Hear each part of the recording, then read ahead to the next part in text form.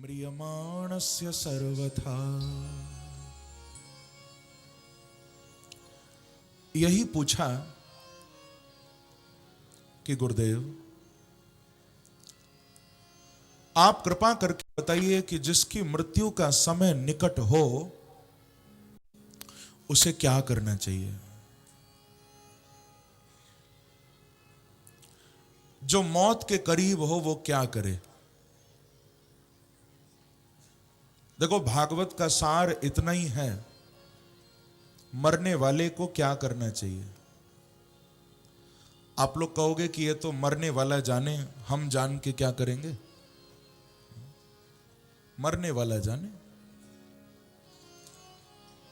लेकिन बंधुओं हम सब भी तो मरने वाले ही हैं।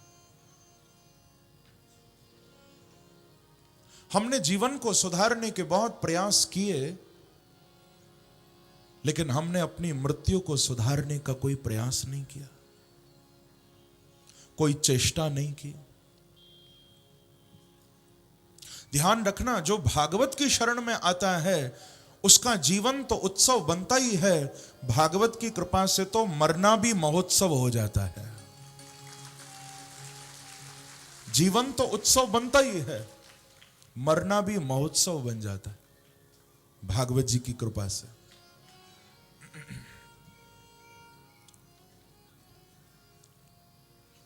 चांद ज्यादा रोशन है तो रहने दो, पर तुम अपना जी मत भारी किया करो।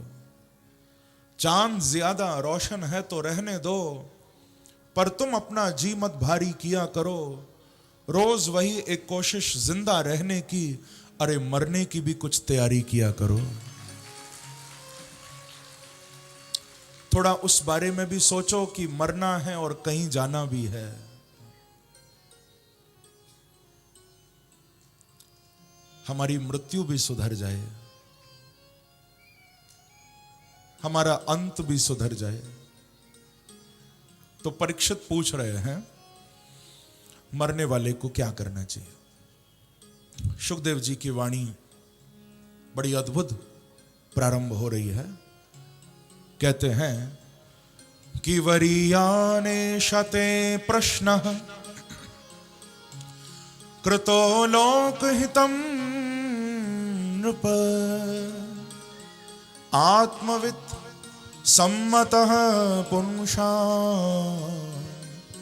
श्रोतव्यादिषु यः परः। बड़ी ही प्यारी बात कह रहे हैं। वरीयाने शते प्रश्नः कृतो लोकहितं नृप। हे नृप, हे परीक्षित, तुम्हारा जो प्रश्न है ना, लोकहितम कृतः एषते प्रश्नः वरीयान, तुम्हारा यह प्रश्न बड़ा श्रेष्ठ है परीक्षित। तुम्हारा यह प्रश्न बड़ा उत्तम है। क्यों? क्योंकि लोकहितम कृतः। कमाल की बात है, तुमने केवल अपने लिए नहीं पूछा, तुमने सारे लोक के हित के लिए पूछा है। सारे जगत के कल्याण के लिए पूछा है। तुम पूछ रहे हो मरने वाले को क्या करना चाहिए। परीक्षित, तुम अपने लिए नहीं पूछ रहे, क्योंकि तुम्हारे ऊपर तो भगवान की बड़ी कृपा है। संसार के और लोगों को तो एक मिनट का भी भरोसा नहीं है, कब जाना पड़ जाए। लेकिन तुझे तो भगवान ने फिर भी 7 दिन का भरोसा दे दिया है कि तू 7 दिन से पहले नहीं जाएगा। भगवान ने तुमको थोड़ा समय दे दिया है, टाइम दे दिया।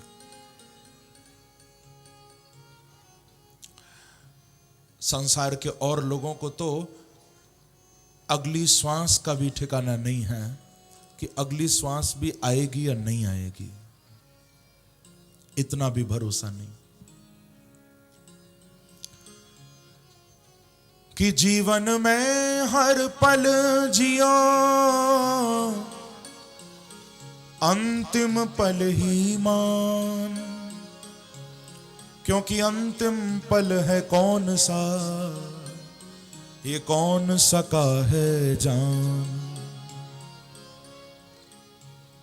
जीवन का हर पल अंतिम पल है बंधुओं।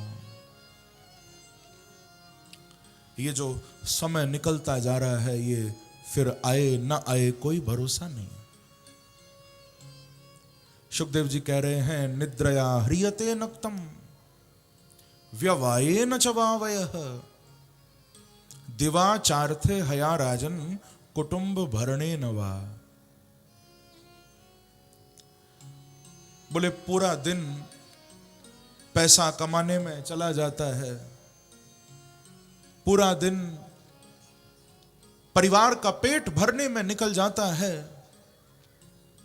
सारी रात या तो भोगों में चली जाती है या सोने में चली जाती है, और भगवान का भजन करने का समय इंसान को नहीं मिल पाता। मैं किसी को कहा करता हूं कि भाई कथा में आओ, सत्संग में आओ। लोग कहते हैं कि महाराज आपको कथा की, सत्संग की पड़ी है, यहां तो मरने की भी फुर्सत नहीं है, ऐसा लोग बोलते हैं। लेकिन मैं कहा करता हूं कि भले ही सत्संग के लिए, कथा के लिए आपके पास टाइम न हो, पर मरने के लिए तो एक न एक दिन सबको टाइम निकालना ही पड़ेगा। भले ही भजन के लिए आपके पास समय न हो, पर मरने के लिए समय निकालना ही पड़ेगा। मौत अपने आप टाइम निकलवा लेगी तुमसे। जैसे आपने सुना होगा, कोई राजा था, रात को स्वप्न देखा। सपने में क्या देखता है, कोई छाया सामने खड़ी है और राजा को कह रही है कि राजा, कल सही समय पर सही जगह मुझे मिल जाना। ऐसा वो छाया बोल रही है, सही टाइम पर सही जगह मुझे मिल जाना। राजा तुरंत उठ गया, मंत्रियों को बुलाया, बड़े बड़े विद्वानों को बुलाया, उनको बुलाकर बोला कि भैया, मैंने आज स्वप्न में एक छाया देखी जो मुझे कहती थी कि सही समय पर सही जगह मिल जाऊं। इसका क्या मतलब है, मैं कुछ समझ नहीं पा रहा। सबने अपनी अपनी बुद्धि लगाई, अपने अपने दिमाग का प्रयोग किया। कोई कुछ कहता, कोई कुछ कहता। एक मंत्री बोला कि राजा, आप यदि मुझे क्षमा करो तो मैं एक बात बोलूं, आप यदि नाराज ना हो तो। बोले कहो। राजा, हमको तो ऐसा लगता है कि ये तुम्हारी मौत थी, जो तुमसे कह रही है कि सही समय पर सही जगह मिल जाना। हमें ऐसा लग रहा है ये तुम्हारी मृत्यु है। अच्छा। राजा घबरा गया, अब मैं क्या करूं, क्या करना चाहिए।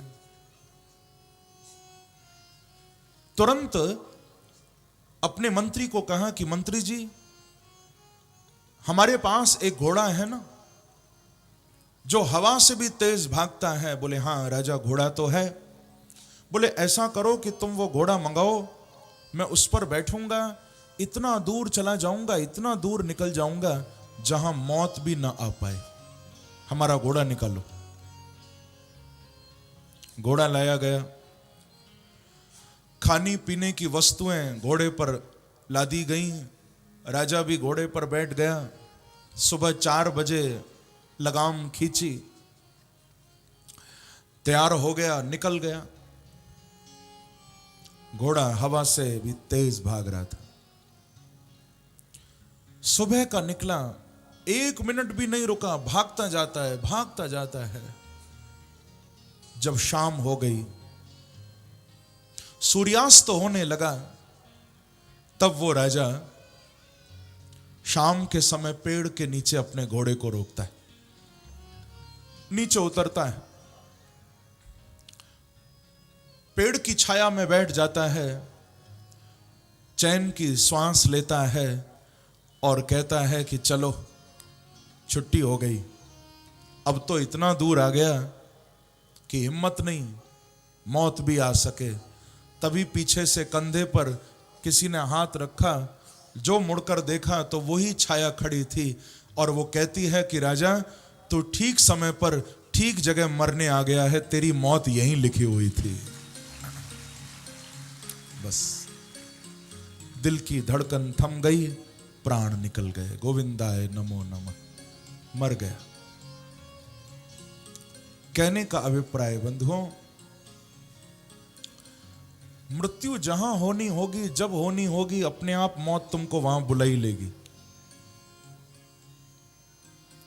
समय भी पक्का है, स्थान भी पक्का हो चुका है पहले से, कोई भी बच नहीं सकता, सबको ही जाना है। मैं कहा करता हूं, वही हवा जो मेरी जिंदगी चलाती है, वही तो मेरे चिराग भी बुझाती है। जो मौत के डर से घरों में बैठे हैं, उन्हें खबर दो कि मौत घर में भी आती है। कोई घर में हो, चाहे बाहर हो, जंगल में हो, पहाड़ पर हो, चाहे जहां हो, मौत आनी होगी तो वो आके रहेगी। शुकदेव जी सुंदर उपदेश करते हैं, परीक्षित को 3 कार्य भी बताते हैं। बड़ा सुंदर कह रहे हैं कि तस्माद् भारत सर्वात्मा भगवान ईश्वरो हरि, श्रोतव्यः कीर्तितव्यश्च स्मर्तव्यश्चेच्छता भयम्। यदि अभयम इच्छिता, परीक्षित, यदि तुम अभय होना चाहते हो तो ये 3 काम करो। श्रोतव्यः, कीर्तितव्यश्च और स्मर्तव्यः। बोले जितना हो सके भगवान हरि का श्रवण करो। श्रोतव्यः, उनका नाम सुनो, उनकी कथा सुनो। दूसरा कीर्तितव्यश्च, जितना हो सके भगवान का कीर्तन करो। और तीसरा काम बता रहे हैं स्मर्तव्यः। देखो, यदि आप चाहते हो कि आपका मरण सुधर जाए, आपकी मृत्यु सुधर जाए, तो ज्यादा कुछ करने की जरूरत नहीं है। यदि अपना मरण सुधारना चाहते हो, मैं कहा करता हूं कथा में, तो बस छोटा सा काम करना है। मरण के आगे, मरण से पहले आधा सा लगाना है बस। मरण लिखते हैं ना, उससे पहले आधा सा लगा दो। यदि मरण के समय भगवान का स्मरण हो जाएगा तो मरण अपने आप सुधर जाएगा। भगवत स्मरण हमारे मरण को सुधार देता है। प्रेम से कहिए श्री राधे। श्री राधे। मरण से ही, स्मरण से ही मरण सुधर सकता है। शुकदेव जी सुंदर उपदेश करते हैं। आगे राजा को भगवान के विराट स्वरूप के बारे में बताते हैं, फिर सूक्ष्म स्वरूप का वर्णन करते हैं। पातालमेतस्य हि पादमूलम पठन्ति पार्ष्णे प्रपदे रसातलम। बड़ा दिव्य प्रसंग है। आगे 10 श्लोकों में अनेक देवी देवताओं के उपासना के संबंध में बताया, सद्य मुक्ति और क्रम मुक्ति का वर्णन किया। द्वितीय स्कंद के 4थे अध्याय में शुकदेव जी ने मंगलाचरण किया कि भूतैर महद्भिर या इमा पुरो विभुर निर्मायशेते यदुमूषु पूरुषः भुङ्क्ते गुणान् षोडशात्मकः सोऽलङ्कृशिष्ट भगवान वचांसि में। बड़ा सुंदर मंगलाचरण किया सुखदेव जी ने। सोलंकृशिष्ट भगवान वचांसि में, जो परमात्मा अपने गुणों से सारे संसार को सुशोभित कर रहे हैं, वही प्रभु जो अनंत गुणों के स्वामी हैं, अनंत कलाधारी हैं, ऐसे वो प्रभु अपने गुणों को लेकर मेरी वाणी को पवित्र करें, आकर मेरी वाणी पर आकर बैठ जाएं।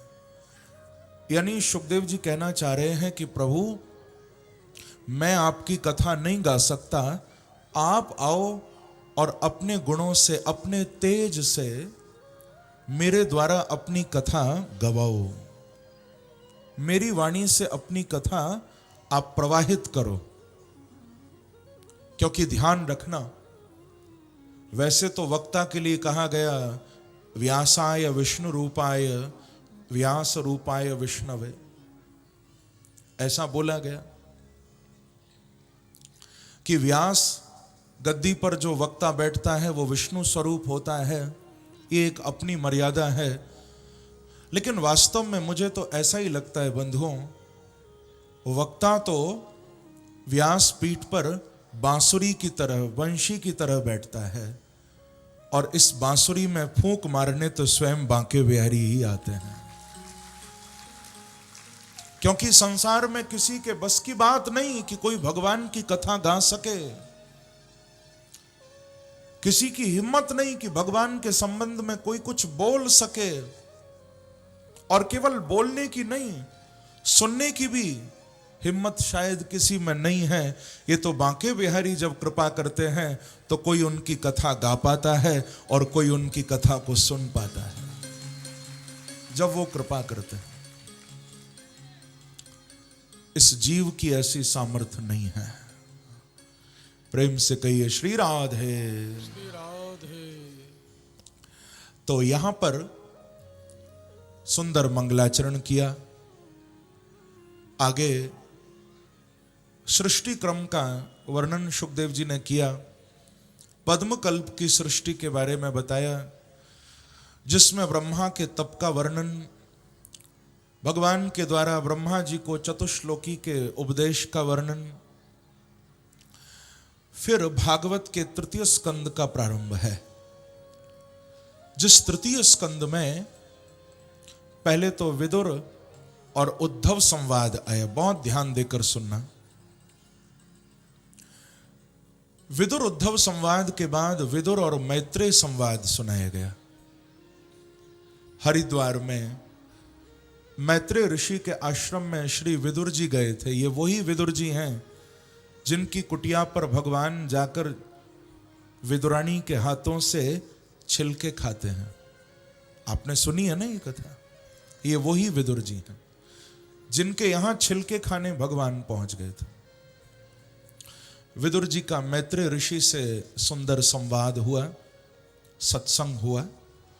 सुखाय कर्माणि करोति लोको नतैः सुखम वान्यदुपारवम वा, आदि आदि अनेक प्रश्नोत्तर हुए। यहां भी सृष्टि क्रम का बड़ा विस्तार हुआ। मैत्रेय ऋषि ने बताया विदुर जी को कि कैसे भगवान संसार को बनाते हैं। प्रभु के अंदर यह भाव आता है एको हम बहुश्यामः। जब भगवान एक से अनेक होना चाहते हैं तो सृष्टि की रचना होती है। भगवान ही बनाने वाले हैं सबको। बताया कि भगवान की नाभि से कमल, कमल से ब्रह्मा उत्पन्न होते हैं और ब्रह्मा जी को भगवान शक्ति देते हैं और ये आदेश देते हैं कि तुम सृष्टि बनाओ। ब्रह्मा का एक नाम है विधाता, यानी जो बनाने वाला है। भगवान की शक्ति से ब्रह्मा जी सृष्टि को बनाते, जिसमें स्वेदज, उद्भिज, जरायुज, अंडज अनेक प्रकार की सृष्टि का वर्णन किया। मानसी सृष्टि में सनत कुमारों की उत्पत्ति, रुद्र भगवान की उत्पत्ति, फिर 10 प्रजापतियों की उत्पत्ति का वर्णन किया। जब मानवों की सृष्टि प्रारंभ हुई तो मनु और शत्रुपा की उत्पत्ति हुई है। हम लोग मनु जी से निकले हैं, इसीलिए हम सब मानव हैं। मनोह अपत्यम, हम लोग मनु की संतान हैं। तो मनु और शत्रुपा की जोड़ी देखी, विवाह कराया। श्री वाराह अवतार लेकर हिरण्याक्ष का उद्धार करके पृथ्वी लाकर भगवान ने ब्रह्मा जी को दी, क्योंकि मानवों की सृष्टि तो पृथ्वी पर होगी ना। तो वाराह बन के भगवान पृथ्वी लेकर आए। बोलो वाराह देव भगवान की जय। ब्रह्मा जी ने पृथ्वी लेकर मनु जी को दी। मनु जी ने मैथुन धर्म से मानवों की सृष्टि बनाई। मनु जी की 5 संतान थी। 3 बेटियां थीं, आकुति, देहूति और प्रसूति। 2 पुत्र हुए मनु जी के, प्रियव्रत और उत्तानपाद। भागवत में सर्वप्रथम मनु जी की बेटी श्री देहूति जी की कथा आई है। जिन देहूति का विवाह कर्दम ऋषि के साथ हुआ, जो ब्रह्मा के छाया पुत्र हैं, और इनके यहां पहले तो 9 कन्याओं का जन्म हुआ, फिर 10वीं संतान के रूप में इनके यहां ज्ञान अवतार लेकर भगवान आए हैं, जिसको कहते हैं कपिल अवतार। बोलो कपिल देव भगवान की जय। कपिल देव के रूप में अवतार लेकर प्रभु आए।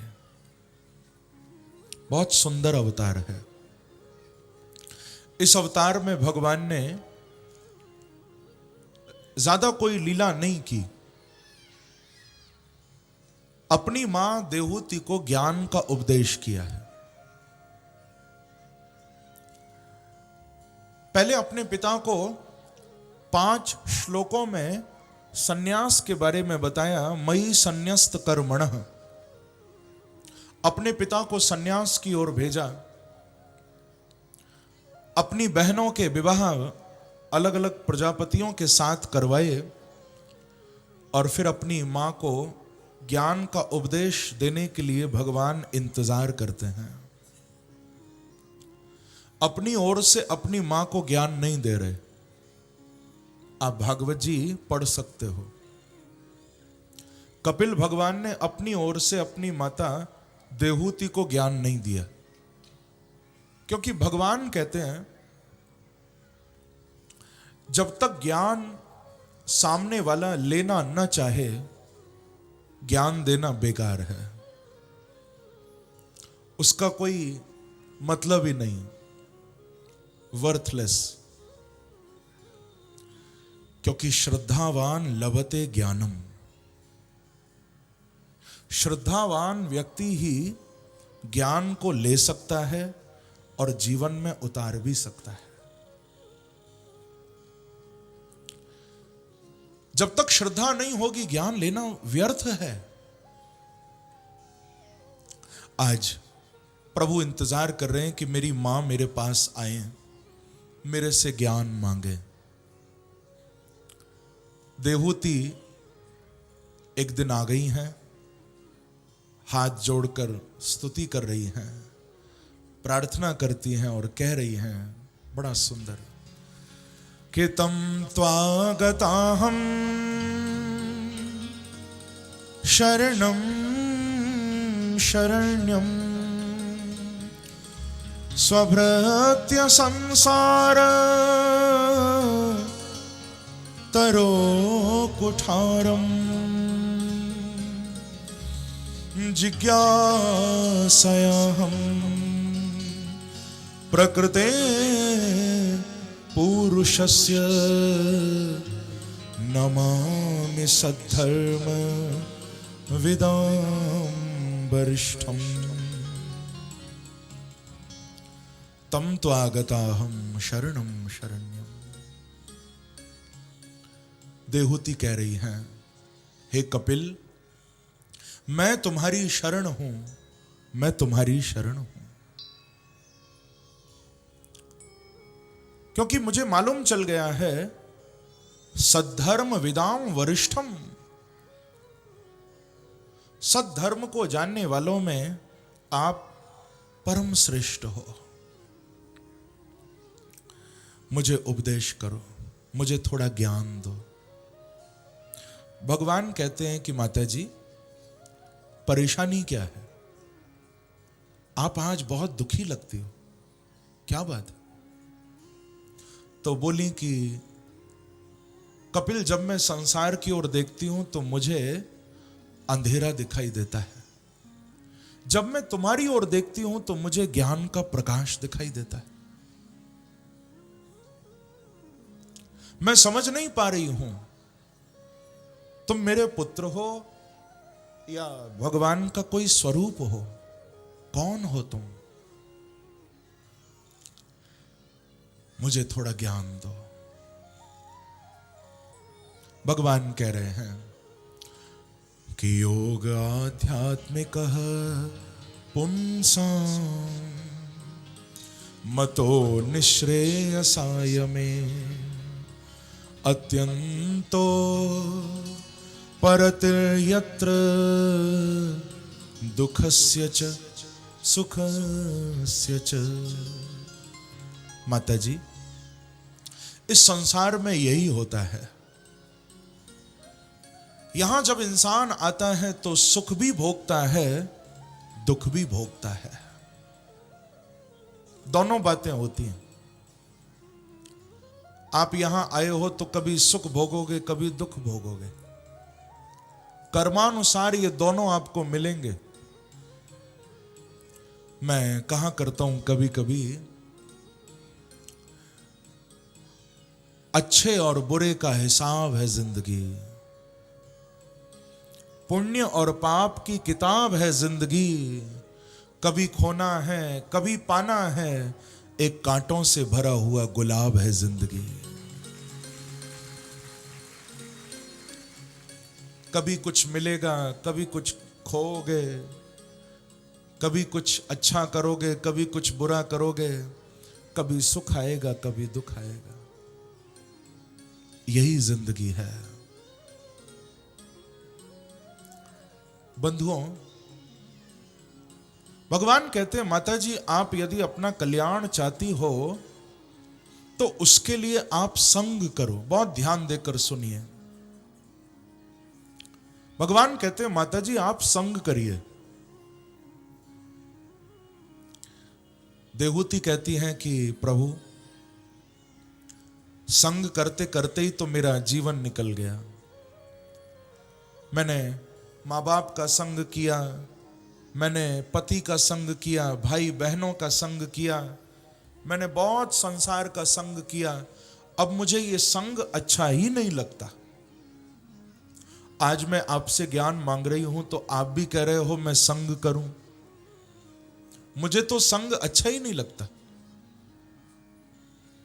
तो भगवान कहते हैं, माता जी, आपने यही तो गलती की है। अब तक आपने जो संग किया वो संसार का संग किया, और जो संसार का संग होता है वो केवल संग होता है, या कभी कभी कुसंग भी बन जाता है। पर वही संग जब किसी संत महापुरुष, किसी भक्त वैष्णव के चरणों में हो जाता है तो फिर वो संग नहीं, वो तो सत्संग बन जाता है। प्रेम से कहो श्री राधे। जो सत्संग है वो मुक्ति का खुला हुआ द्वार है,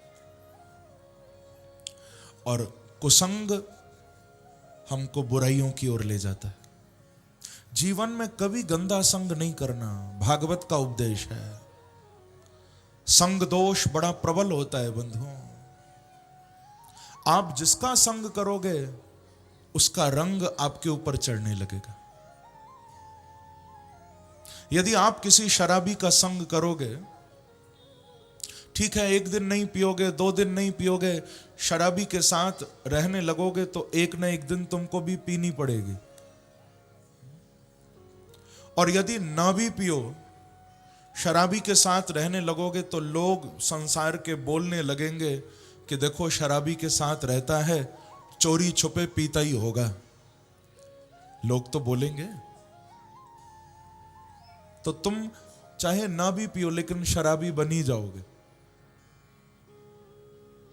संग दोष से बचो, अच्छा संग करो, सत्संग करो। सत्संग का मतलब केवल कथा में बैठना नहीं, सत्संग का मतलब केवल मंदिर जाना नहीं, सत्संग का मतलब केवल किसी गुरु के चरणों में बैठना नहीं। सत्संग शब्द पर ध्यान देना।